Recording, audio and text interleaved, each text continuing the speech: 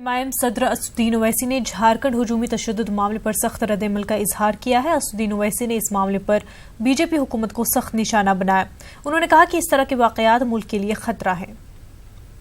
14 से 19 तक इतने वाकयात हुए, अब फिर शुरू हो गए और ये ख़त्म नहीं होंगे। तो ये उसी वक्त ख़त्म होंगे जब ऐसे ऑर्गेनाइजेशंस के ऊपर जो सरकार है बीजेपी की, वो अपनी कॉन्स्टिट्यूशनल ड्यूटी को निभाए।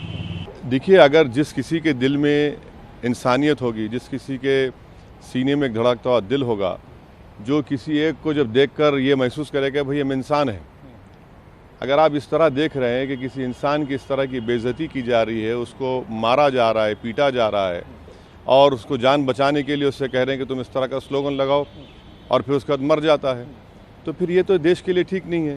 ये तो हरगिज़ देश के लिए ठीक नहीं है। अगर प्रधानमंत्री आज़ादी के 75 साल मनाने जा रहे हैं, प्रधानमंत्री न्यू इंडिया बनाना चाहते हैं, प्रधानमंत्री महात्मा गांधी के 150 साल मनाए जा रहे हैं, तो क्या ये सब वाक़यात से मनाएंगे हम? कौन सा न्यू इंडिया बनाए जाएंगे हम जब इस तरह के वाक़यात रुकेंगे नहीं?